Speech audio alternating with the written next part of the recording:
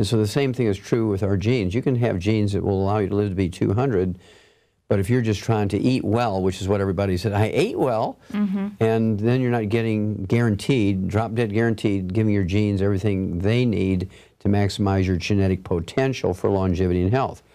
And so we have to be smarter than that. And I think what makes my background different, Leanne, is that I'm a veterinarian as well as a physician. And in veterinary medicine, we don't have health insurance for animals. And if we were to use a human healthcare system for livestock like we do people, a dozen eggs would be $250, a pound of hamburger would be $500 just to pay for the healthcare system.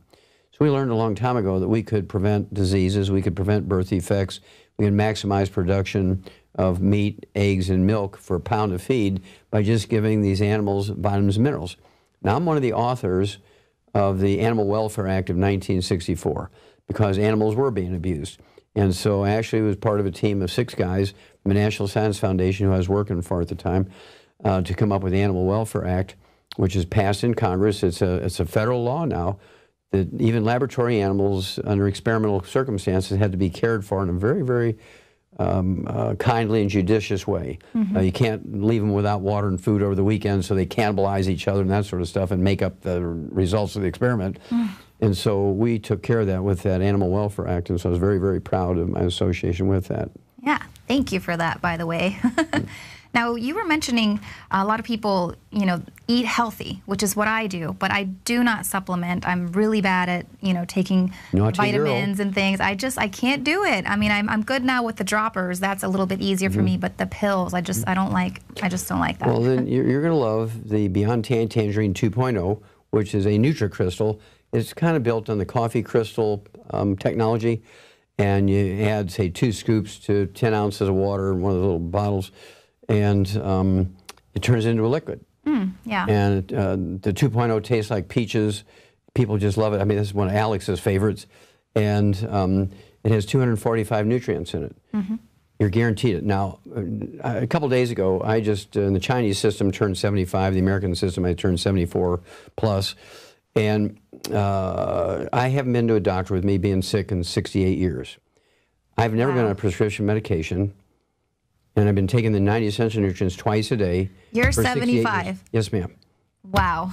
Your skin is very supple. Well, I wasn't going to say anything, but... Well, nobody's going to steal an airplane with me on it. Okay, I'll tell you. I can still whoop up on them. And that's because I do take the 90 essential nutrients twice a day, faithfully. Obsessively is probably a better word, because I have 3 suitcases. They weigh 70 pounds each, which I check in with me no matter where I go.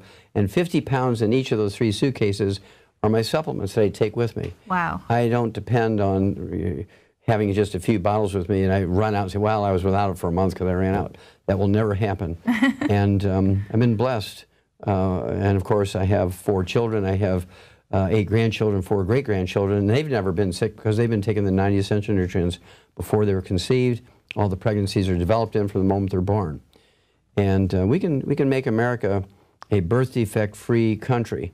We can make America a diabetes-free country. We can make America a heart disease-free country. We can make America an Alzheimer's disease-free country. We can make America a macular degeneration, blindness, disease-free country in months by taking the 90 essential nutrients to give your genes the cofactors they need to give you the maximum benefits for health and longevity. Right. Without that, it's kind of hit and miss. Right. This goes all the way back to Hippocrates, right? Talking about food being the basic for all health. Figure out how to regulate and make sure the person's diet is good, and you'll figure out how to heal them and make them healthy. I mean, Let your food be your medicine. Exactly. Yeah. And so you were saying, you know, for someone like me who does eat well and I eat properly, I'm mostly a vegetarian, but the issue is the soil. I'm missing the minerals. They're not even in the soil feeding the plants. Okay, you hit the nail on the head there, Leanne. That's the principal problem we have.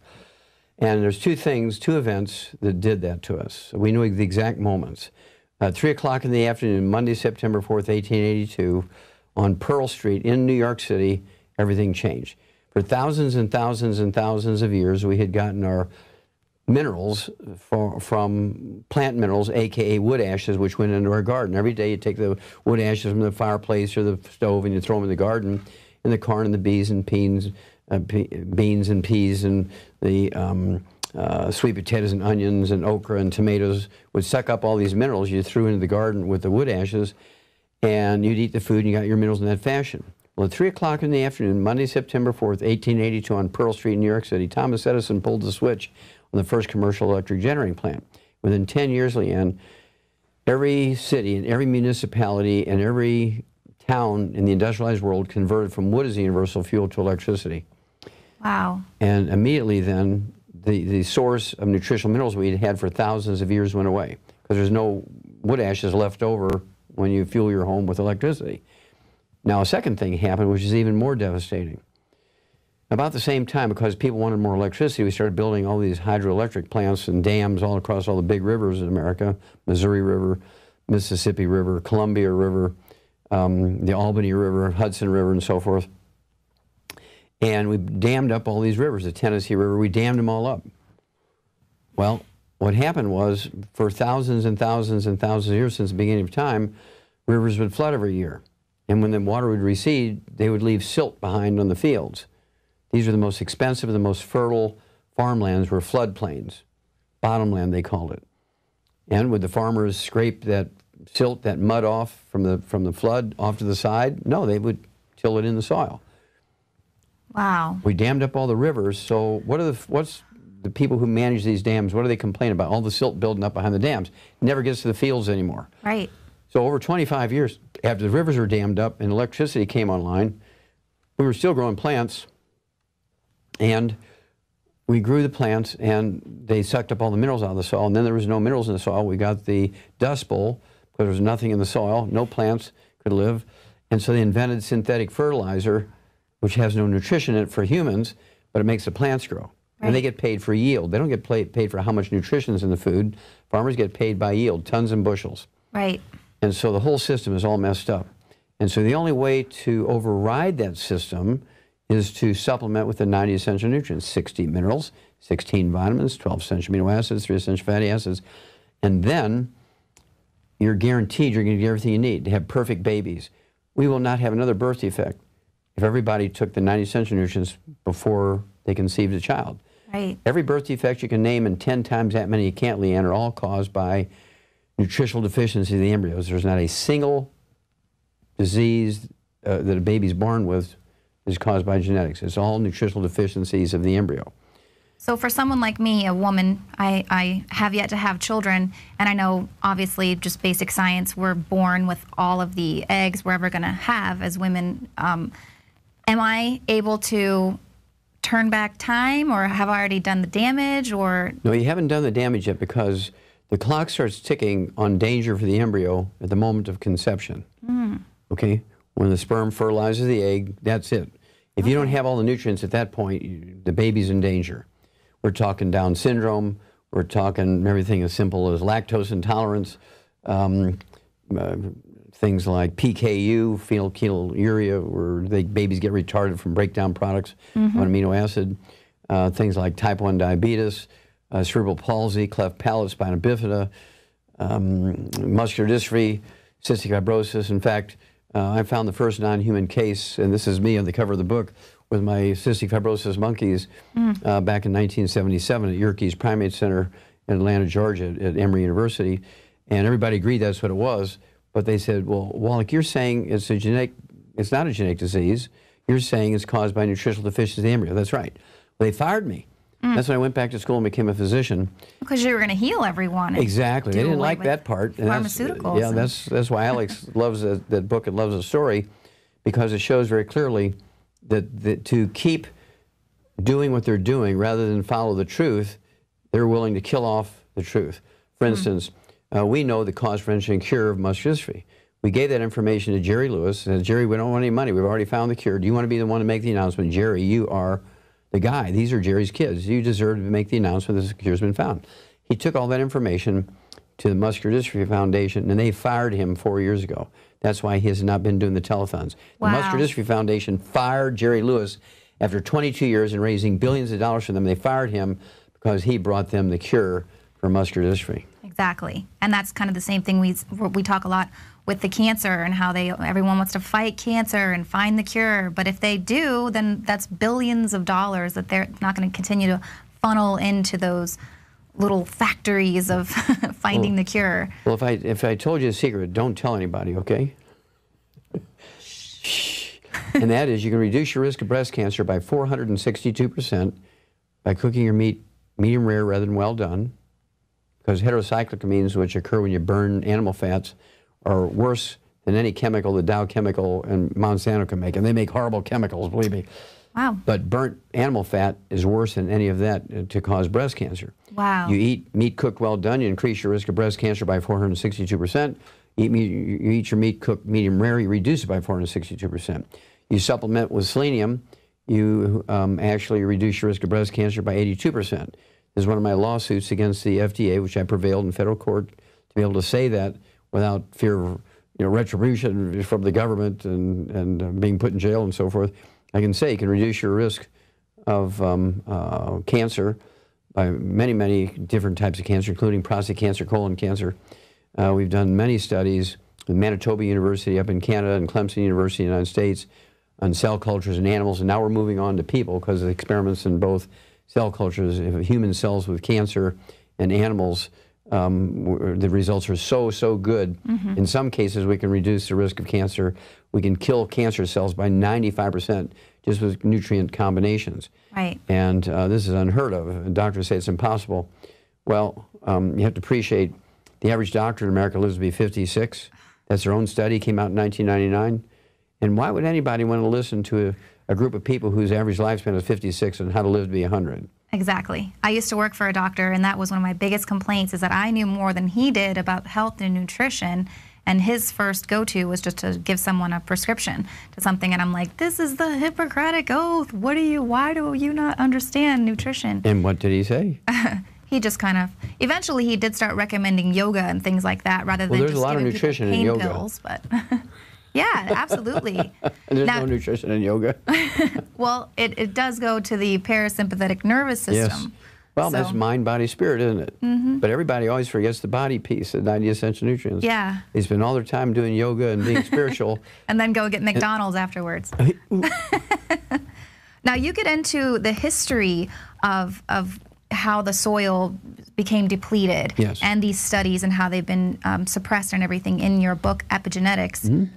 What is epigenetics? Can you give me layman's terms? Okay, sure. Well, the term epigenetics is a one-word definition of the need for your genes, your DNA, and your RNA to have catalysts and cofactors to maximize their potential. Mm-hmm. Again, it's like that car that can go 300,000 miles with oil in it and brake fluid and transmission fluid and coolant in the radiator. If you're missing any of those fluids, you reduce the life of that engine maybe by 50,000 miles or 10,000 miles.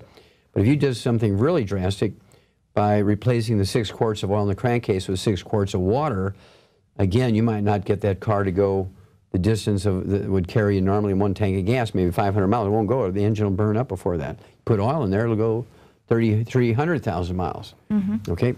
And so it's very exciting when you see all the results of very expensive studies that back that up. The death of the genetic theory of disease transmission.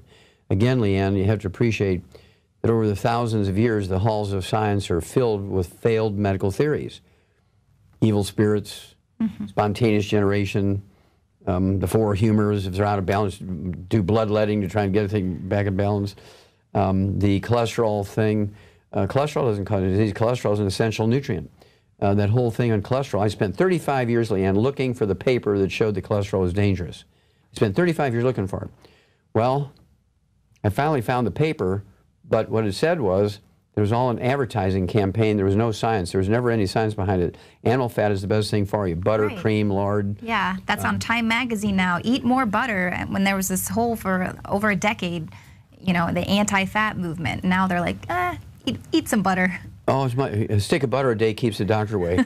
Hamburger a day is like a day, a day without a hamburger is like a day without sunshine. A pound of meat a day keeps the doctor away. And these are all failed medical theories, and they've killed millions and millions of people with these failed medical theories because the cancer rate's gone up, the death rate from heart disease has gone up because the medical system and the American Heart Association and Procter & Gamble, who made Crisco, which is originally a machinery oil from factories. Crisco is originally a machine oil. It was never designed originally to be a food, but they bought it and turned it into a food because they said, we can make more money selling it as a food than we could as a machine oil. But it was originally designed as a machine oil by a Nazi sympathizer by the name of Wilhelm Norman. And they said, well, we have to come up with an ad campaign because mothers and grandmothers did not like to use Crisco because they liked lard and butter and cream.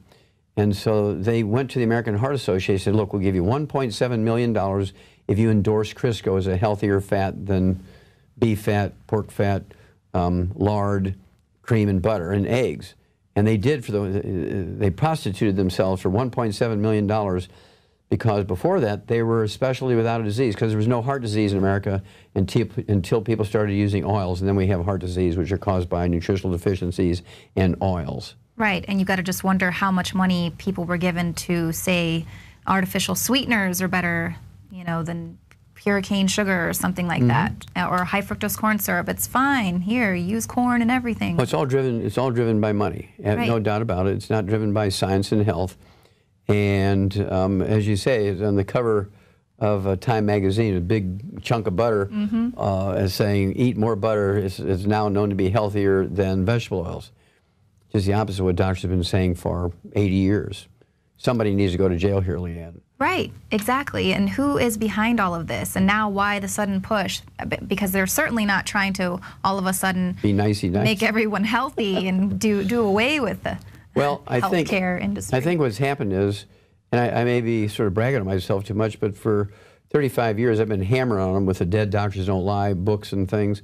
And I imagine they went and looked and did the studies to try and refute what I was beating up on them with the Dead Doctors Don't Lie concept. And they said, oh my gosh, Wallach's right. Well, I actually published that in 1971. I compared the percentage of blockage in coronary arteries and heart arteries in vegetarians, vegans, and meat eaters. I used special stains to show saturated fat, cholesterol in the arteries and so forth. Published it in an international pathology journal in Acta Pathologica, which is from Denmark, back in 1971. And guess who had the worst plugged arteries? Vegans. Really? Vegetarians that don't eat any animal, don't even eat eggs or dairy, vegans. And that's because they eat stored grains. What happens to the wheat germ oil when you store it for a year? It oxidizes and turns into trans fatty acids, blocks your arteries with inflammation, causes cancer. And then they stir fry everything in extra, extra, extra, extra, extra, extra, extra, extra, extra, virgin, virgin, virgin, virgin, virgin, virgin, virgin, virgin, virgin, olive oil and coconut oil, and cause cancer and plug your arteries. Yeah. Trendier the more extra virgin. Exactly. And well, that's the problem. And so they've actually killed more people than the Nazis did during the Second World War with these vegetable oils. Absolutely criminal. Yeah, and I was actually just reading today that it's the oils and the wheats and these toxins in the food that causes all this disease in the gut. And that, again, going back to Hippocrates, that was like, that's where the disease all begins. And we have all of these. It always begins in the colon. Right. Okay, and that's where the gluten intolerance comes in, because it's all in the intestines, the colon. And again, the story of all these things is in the book, Epigenetics, so that people get the history. You have to understand the progression. And again, the halls of science, Leanne, are filled with thousands and thousands of failed medical theories. And the cholesterol one is just another one. Well, you break it all down in this book, and it's, I mean, the way you explain it is all so simple. It seems like it would be such a simple fix. Well, here we've done a lot of damage, but we really can turn it all around. It is a simple fix, and of course, it was designed to be an ad campaign. The Procter & Gamble paid the American Heart Association $1.7 million to endorse Crisco as a healthier cooking shortening than butter and cream and lard that people have been using for thousands of years. Exactly. There was never any science. There was never, I looked for it for 35 years, and I couldn't figure out, why couldn't I find the science? Because it was an ad campaign. We finally figured it out. Right, well, that's this whole thing is just tricking everyone into buying this and saying, no, cancer and heart disease and all of these things, they've always been around. People have always been dying from these things in these record numbers. You know, the whole gaslighting campaign. Well, thank you so much for breaking it down. I know this book really has a lot of extensive research, and it is quite an easy thing for people. Just do a little research, and we can turn this whole thing around. So thank you for all of the work that you're doing, and we'll have you back soon, Doc. Thanks for your hospitality, Leanne.